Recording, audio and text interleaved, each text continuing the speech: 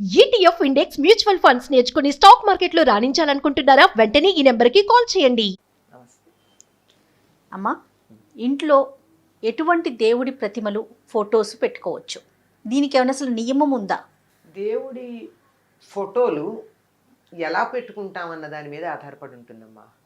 దేవుడి గదిలో పెట్టి పూజ చేస్తున్నామా, అలంకారంగా పెడుతున్నామా? రెండు ఉన్నాయి కదా. అవునవును. మనకి దేవుడి గదిలో దేవుడి మందిరంలో పెట్టుకునే పటమే కాకుండా క్యాలెండర్ల మీద వాటి మీద వచ్చిన అందంగా ఉన్నాయి ఇంట్లో చాలా చోట్ల పెట్టుకుంటున్నాం.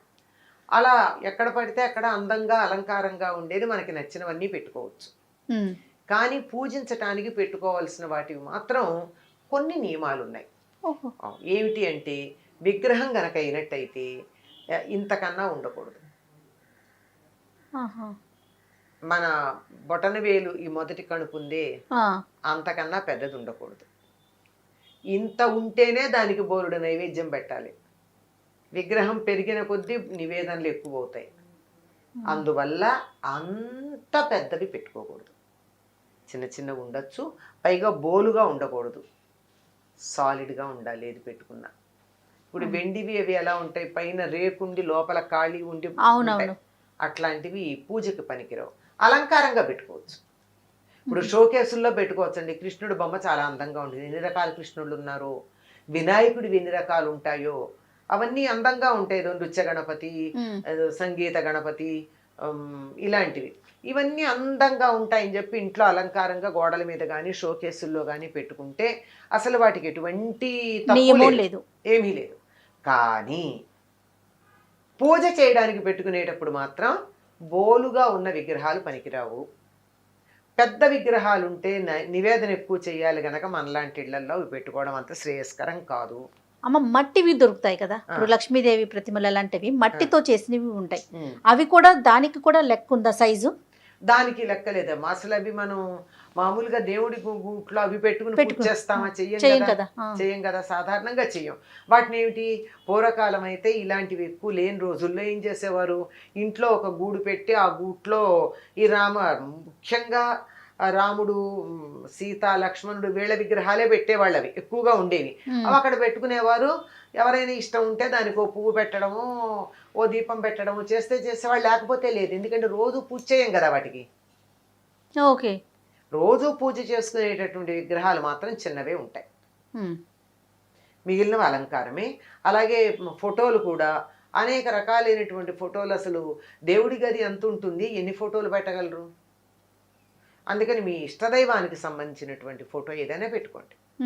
రాముల వారి సాధారణంగా ఇప్పుడు ఏదో కాలం మారిపోయింది, కానీ కొద్ది రోజుల క్రితం వరకు కూడా ప్రతి ఇంట్లోనూ పూజ మందిరంలో ఉన్నటువంటి ఛాయాచిత్రం అంటే ఫోటో ఏదైనా రామపట్టాభిషేకం ఫోటోనే ఉంటూ ఉండేది ఎవరిళ్లల్లో అయినా. దక్షిణ దేశంలో అందరికీ రాముడు ఆరాధ్య దైవం అండి. ఇక్కడ తిరిగాడు. ఉత్తర దేశంలో కన్నా మీరు గమనించి చూసినట్టయితే రాముడి పేరు దక్షిణ దేశంలోనే ఎక్కువ మందికి ఉంటుంది. అందువల్ల అది ఎక్కడ చూడు మనకి, ఇదిగో ఇక్కడ రాముడు ఇక్కడ కూర్చున్నాడు, సీతమ్మ ఈ నదిలో ఇక్కడ స్నానం చేసింది, ఆ లక్ష్మణుడు ఇక్కడ పళ్ళు తెచ్చాడు, ఇలాంటి ప్రతిదానికి ఏదో ఒక లెక్క చెప్తాం. అంచేత రాముడితో మనకి చాలా దగ్గర సంబంధం ఉంది కనుక ఇక్కడ అంతా రామారాధన ఎక్కువ. ఇప్పుడు అది కొద్దిగా మారింది. మధ్యలో కొంతకాలం వెంకటేశ్వర స్వామి ఆరాధన చేస్తాం, ఇప్పుడు మళ్ళీ సాయిబాబా అంటున్నాం. ఇంకేమన్నా కొత్త దేవుడు వస్తే కొత్త దేవుడిని అయినా ఆరాధిస్తాం. మనం అసలు దేవుడిని పక్కన పెడతాం. ఇది ఒక దోషాల్లో ఒకటిగా పరిగణిస్తారు. మీరు కొత్తగా ఉన్న దైవాలను ఎంతమంది నాన్న ఆరాధించండి, తప్పేం లేదు. కానీ మీ కులదైవం ఎప్పటి నుంచో 2-3 తరాలుగా మీ ఇంట్లో వాళ్ళు ఎవరిని ఆరాధిస్తున్నారో వారి పూజ మాత్రం మానకూడదు. అదొకటి ఉంటుంది కనుక ఇలా సాధారణంగా రామ పట్టాభిషేక చిత్రం ఉండేది. రామ మందిరం లేని గ్రామం లేదు మనకి. దేవాలయం లేకపోవచ్చు, కానీ రాముడి ఫోటో పెట్టుకుని భజన చేసేటటువంటిది మనకి ఈ ప్రాంతాలన్నీ ఉన్నాయండి. అవునమ్మా. ఎంతంటే ఈ విజయనగరం, శ్రీకాకుళం జిల్లాలో నుంచి మలేషియా ప్రాంతానికి కూలీలుగా వెళ్ళినటువంటి వాళ్ళు కూడా ఈనాటికి ఒక దీపం స్తంభం పెట్టుకుని రామభజన చేస్తారు. ఈ రోజు కూడా మనం మానేసాం. అట్లా రాముల వారి విగ్రహం ఒక ప్రశాంతతగా ఉంటుంది, అందంగా ఉంటుంది. అనిపిస్తే కృష్ణుడిది పెట్టుకోవచ్చు, అమ్మవారిది పెట్టుకోవచ్చు. ఎన్నున్నా ఇవి పరిమితంగా ఉండడమే చాలా మంచిది. తర్వాత రకరకాల సిద్ధాంతాలు ఉన్నాయి వీటికి. ఏ సిద్ధాంతం ఎంత వరకు దానికి వ్యాలిడిటీ ఉంది అన్నది ఆలోచించాలి.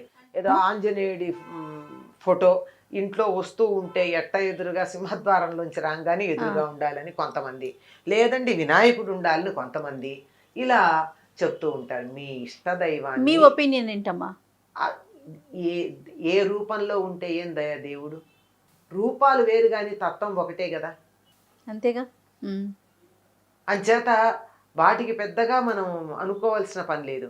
కానీ ఒక పూజ చేయడం అంటూ గంధము కుంకుమ పెట్టి పూజ చేయడం మొదలుపెట్టిన తర్వాత ఆపకూడదమ్మా.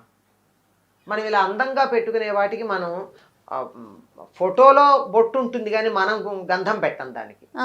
గంధం కుంకం దేవుడి గదిలో పెడితే ఖచ్చితంగా గంధం కుంకం పెడతాం. అది పెట్టామంటే దాన్ని పూజ చేస్తున్నామని అర్థం. ఇది అలంకారప్రాయంగా అందంగా ఉండడానికి రామభావనం కృష్ణ భావనం నాలో కలగడానికి ఒక ప్రేరణగా ఇక్కడ పెట్టుకున్నాను, అక్కడ పూజకు పెట్టుకున్నాను. అందుకని పూజకు పెట్టుకునేవి మీ కులదైవం ఎవరైతే వాళ్ళని పెట్టుకోండి. ఎవరి పేరుని మీరు అర్చనలు చేసి స్తుతులు చేస్తారో అవి పెట్టుకోండి. మిగిలినవి ఇంట్లో అందంగా ఎక్కడైనా పెట్టుకోవచ్చు. విగ్రహాలైనా సరే ఫోటోలైనా సరే. పెద్ద పెద్ద విగ్రహాలు అయితే మాత్రం నిత్య పూజలో పెట్టుకుంటే అంత నైవేద్యం పెట్టాలి, మరి పెట్టగలరా ఆలోచించుకోండి. శివలింగం కూడా ఇంట్లో పెట్టుకోకూడదు అని అంటూ ఉంటారు కదమ్మా, అది కరెక్ట్? లేదమ్మా, పెట్టుకోవచ్చు. కాకపోతే ఉంటే ఏంటంటే దానికి కాస్త నీళ్లు పోస్తూ ఉండాలి.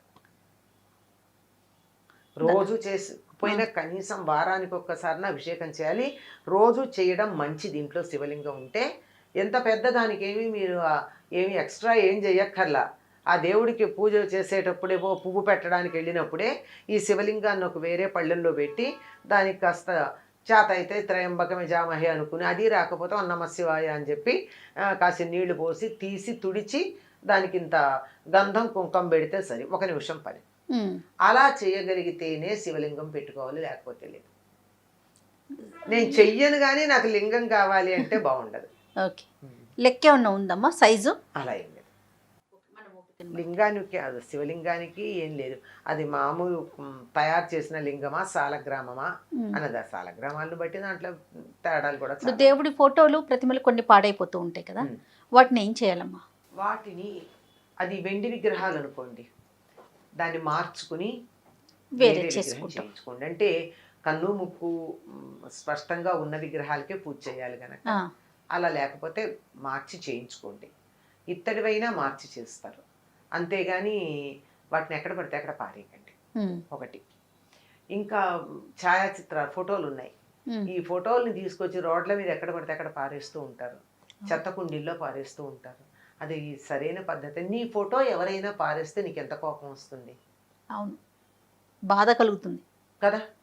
మరి దేవుడిని నువ్వు పూజించే దేవుడి ఫోటోని ఎలా పారేస్తే అది సరైన పద్ధత? దానికో పద్ధతి ఉంది. అసలు దేవుడి గుళ్ళో వదిలేసి వస్తూ ఉంటారు. ఏం చేయాలి, ఏం చేసుకుంటారు దేవుడి గుళ్ళల్లో వాళ్ళు? అవును.